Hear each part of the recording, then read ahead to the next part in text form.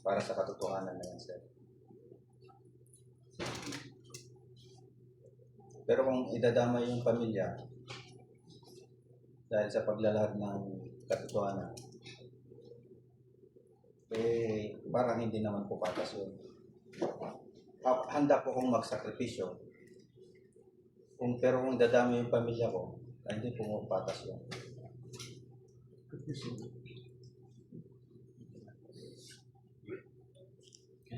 Next, sir.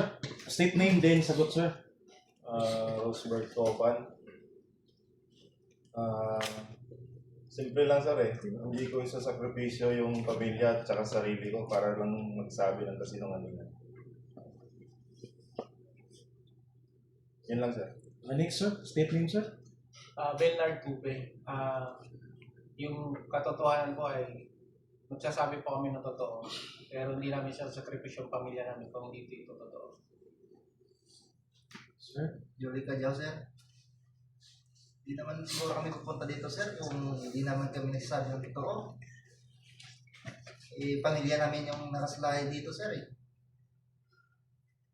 Ito, sir, yung sinasabi namin, sir, yung nilalahad namin. Totoo. At saka nakita mismo ng dalawang mata namin.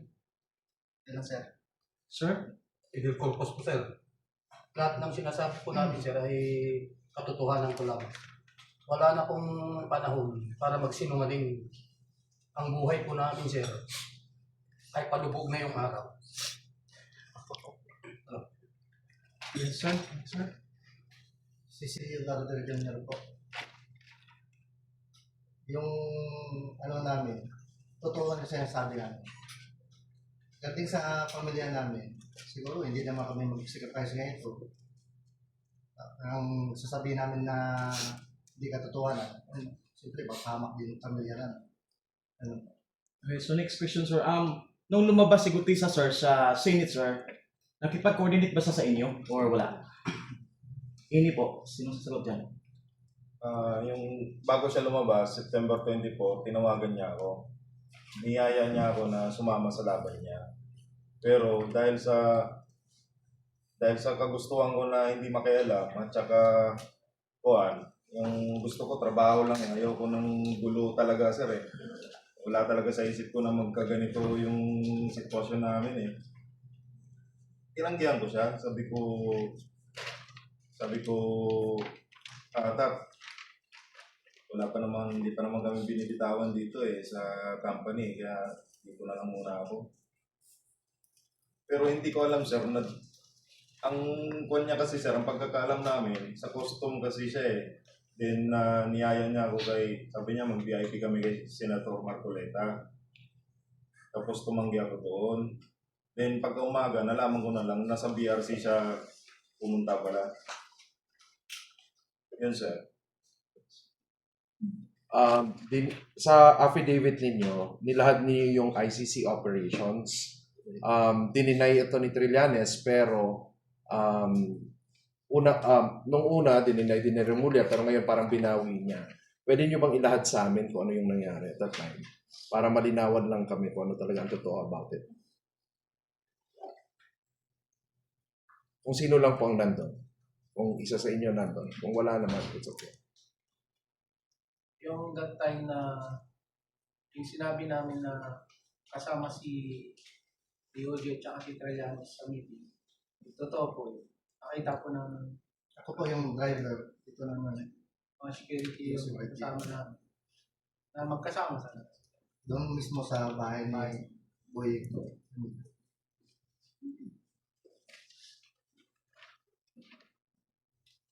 Paano niyo po nalaman na ang pinag-uusapan at that time was yung sa transaction ng ICC? Kami po nag-escort ng ICC. Kaya hindi niya po madidinay na hindi namin kasama yung ICC. Kami po kasi nag-assist sa ICC pag tumatating sila. Kami mismo, ICC, sumakay dun sa sasakyan namin.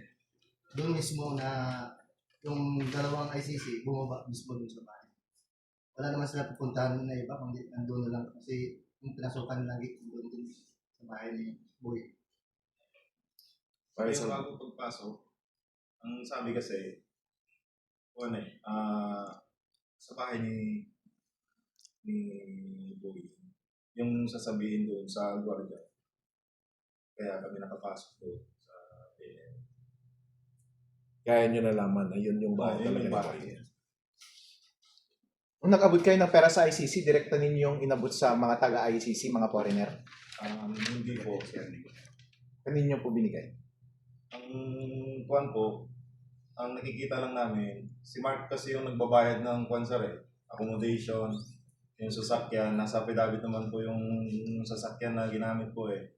Then yung mga pagkain po nila, si Mark po ang nag-shoulder at saka yung tao ni ST. Sino nga yun? Ronald Diso, yung pangalan niya. Paano nyo nasabi na yung pera na 56 million na dalawang maleta ay napunta sa mga taga-ICC? Wala po kami sinasabi na kuwan na napunta sa kanila. Pero ang pagkakarinig kasi namin doon sa IE, may paghahandaan na parating, which is yung foreigners na sinasabi nila, na later on nalaman namin, ICC investigator po pala.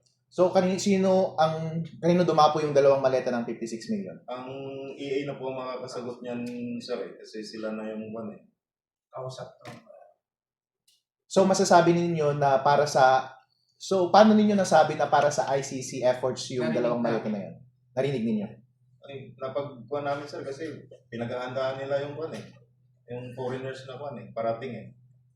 Tapos yung foreigners na yan, sir, yung unang dating niyan, kami nagsundo yan sa kuwan, sa Terminal 3, sa NAIA. Then, ang ginawa nila dito, nag-ocular muna yan sila eh, sa Manila, kung saan yung mga patayan sa drug war na kuwan. EJK ba yun? Then, bumalik ulit sila, umuwi. Then, bumalik ulit ng kuwan, 2024. Doon na po nagsimula yung interview nila sa mga witnesses po. Para kanino kaya yung pera? Bakit nangangailangan ng mahigit na 100 million para sa ICC efforts? Hindi po namin alam, sir eh. Basta yun lang yung nasa affidavit na kuwan, sir. EA na po yung mga EA na po yun. alam ng transaction. Naglakad ba kayo ng mga chicks para sa mga foreigner? Wala. Hala? Okay. Sir, you state kanina, sir, na hinakayat ka ni Gutay sa right. Ano nga yung pangalan natin, sir? Roseburg po. Rosebert. So, ngayon, sir, bakit ka lumabas? Anong nag-udyok sa'yo? Anong nagtulak? Kasi sir,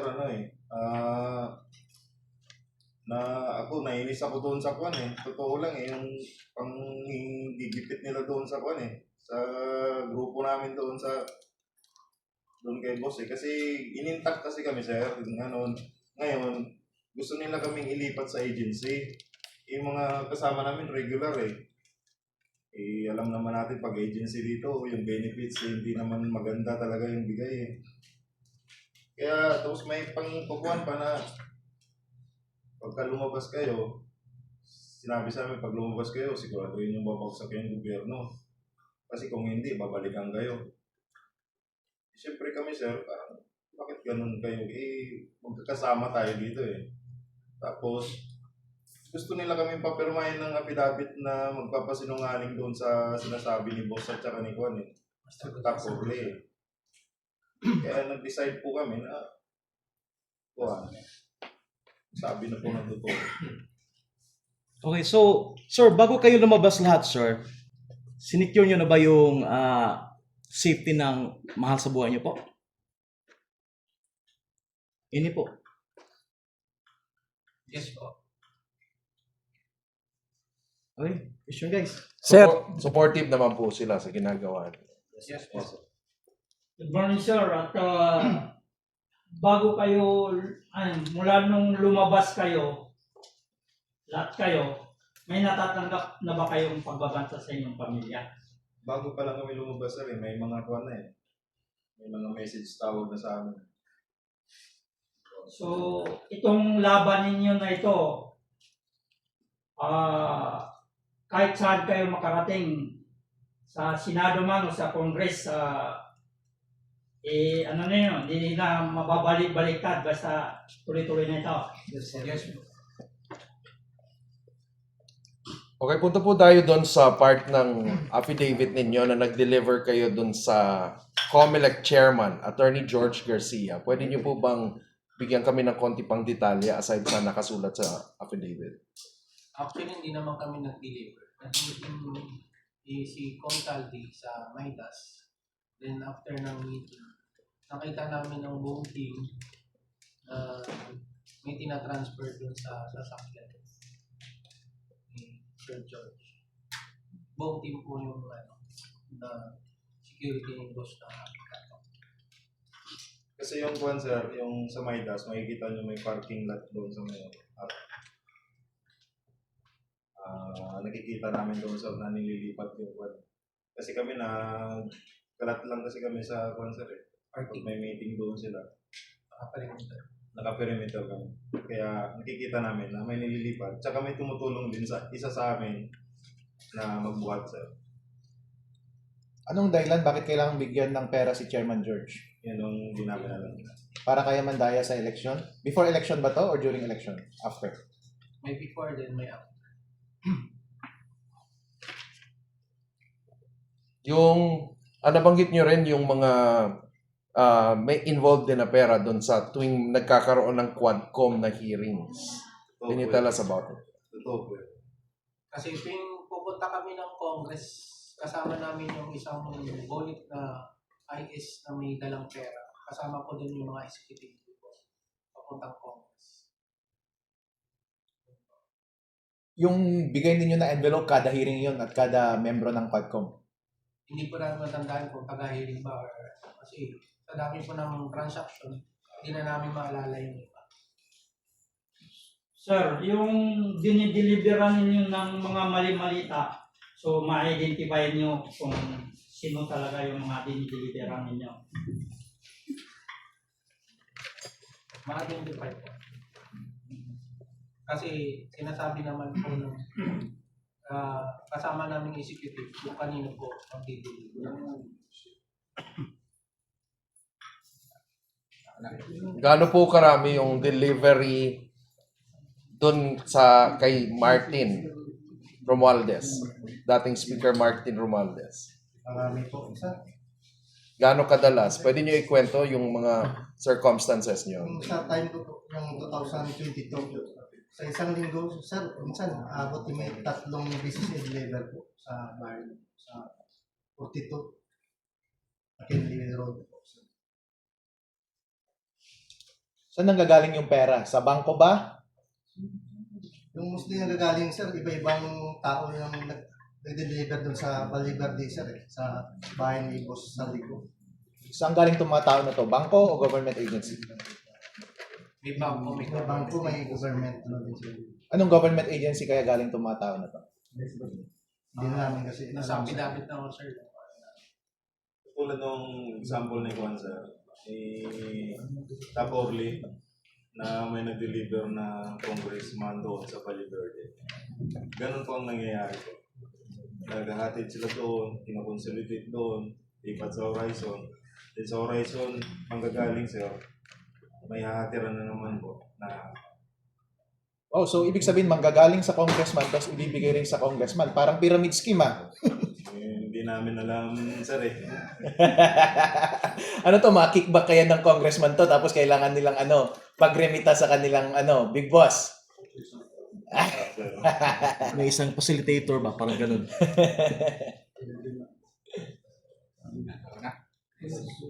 Sir, nabanggit ni Attorney Libby Balicod nung nag-submit ng affidavit sa Ombudsman na isa sa mga dahilan o nag-udyog ng paglabas ninyo ay dahilan sa isang insidente sa kasama ninyo na namatayan ng 2 years old na bata dahil sa kawalan ng gamot sa ospital. Totoo po yun. Ayan. Pwede niyo po ba mailahad sa amin para alam ng taong bayan yung... Kasi sir, apektado rin talaga kami sir, apektado rin kami sa corruption na nangyayari. Alam mo, magpa-hospital kami.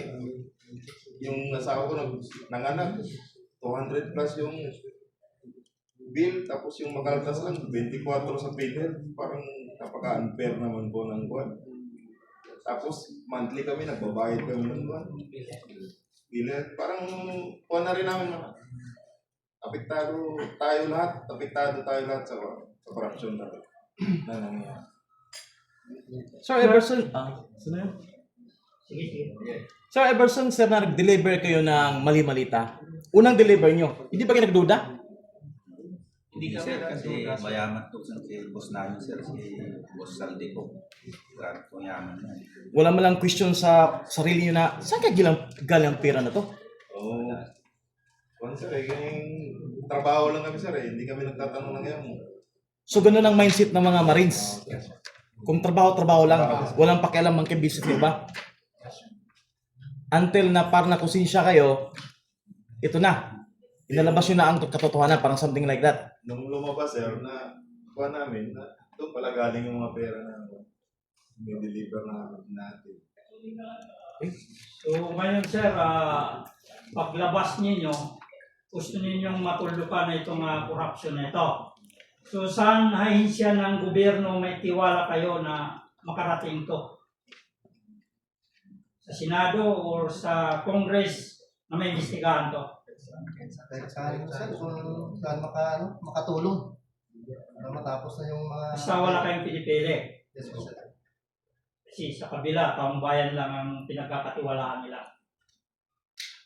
Pero nakita natin yung pattern, di ba? Na parang tinatagal, tapos instead na imbestigahan yung allegations, parang kayo yung pinapa-imbestigahan, hinahanapan ng butas. So, ang tanong rito, kasi ang importante dito may allegation, so dapat may formal na scrutiny na mangyayari. Pero hindi nangyayari yon. So, ang tanong ko, ano kaya ang kinakatakutan? Kapag ka ito na ilabas, nagkaroon ng formal na hearing, tapos na scrutinize, maglabas ng ebidensya, meron pa bang, aside sa affidavit, makikita natin na talagang, may expose yung corruption na nangyayari. Yes sir. Marami pang ebidensya na pwede ilabas. Baka marami pa kami may turo sir pag nakita namin sila doon. Kasi yung sa affidavit, kulang pa nga yung sir eh. Hindi lang namin kilala yung iba eh. Sir, may balita kami paglabas ninyo, meron pa daw gustong lumabas din na katulad ninyo na gusto rin maglahad. Pwede ba ninyong may sa amin kung may katotohanan din? Totoo yan po, sir. Pero darating araw makilala rin sila.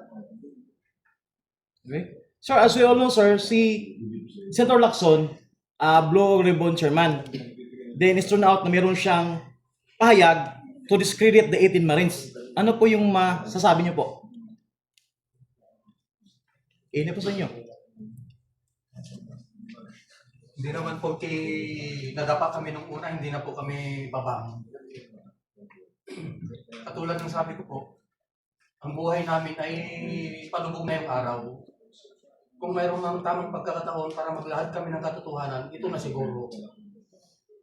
Kaya, samahan niyo po kami sa aming nilahad ng katotohanan sapagkat totoo po yung aming sinasabi. Katotohanan lang po ang aming sinasabi. Kung nagkamali man po kami sa aming serbisyo noon, ito na siguro yung tamang pagkakataon para makabawi po kami. Salamat po. Okay, pwede ko bang malaman? Yes, sir. Yes, sir. Yes, sir. Sumusumpok sa akin yung kinusta. No, sir. Yung kinusta ko, kasama ko yan. Kailan ka nag-retire? 2017, sir. 2017? Yes, sir. So, anong rank mo naman nag-retire ka? Master Sergeant, sir. Hindi ka nag-first sergeant? Pero nag-retire ka? Yes, sir. Ikaw, nag-awag ka ba? Yes, sir. Ilang araw? Wala, sir. Madali lang, sir. Ganun naman tayo, may awal-awal, hindi mo yung pinatawad. Hindi lang, sir. Yan na yung order. Pero gusto mo pa sana bumalik. Yes, sir. Yung time Anong unit mo? Philippine Marine, sir. Saan nga? Pasensya na kayo ha? Yes, sir. Saan unit ka? 11 battalion, sir. 11 saan? Yung time na yun, sir, sa Sampunga. Sampunga. Saan doon? Dun sa ano, sir. Anong rank mo na? 5-8, sir. Ikaw?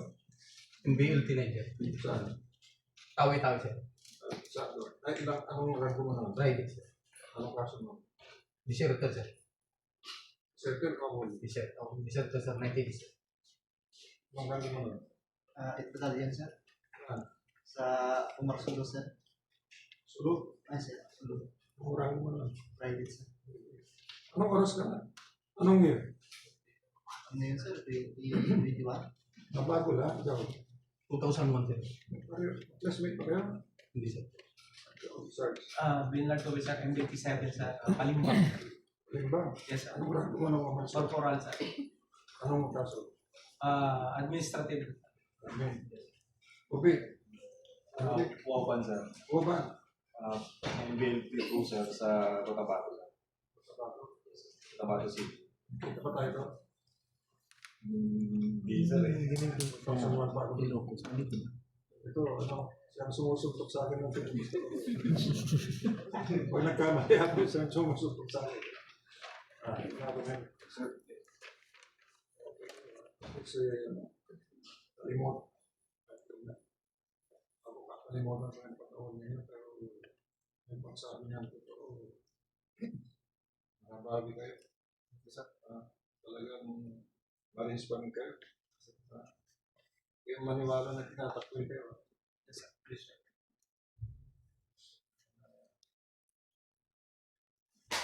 Ang gusto lang natin, ma-investiga kayo, kaya yung pinapakita natin. No? Pinapakita natin kung anong nag-serve, di ba? Masama ba magsabi ng, limbawa, pinagpatrolya kita, at nag-report ka sa akin, anong gagawin ko? Kung ako yung platoon commander mo. Mananiwala ka, sir, sa Naniniwala ako, o tanungin ko yung iba, di ba? Yes. Ganun lang yun. Kaya patunayan natin. Salamat sa pagtindig ninyo. Sige, pasensya na kayo, ha? Salamat, sir.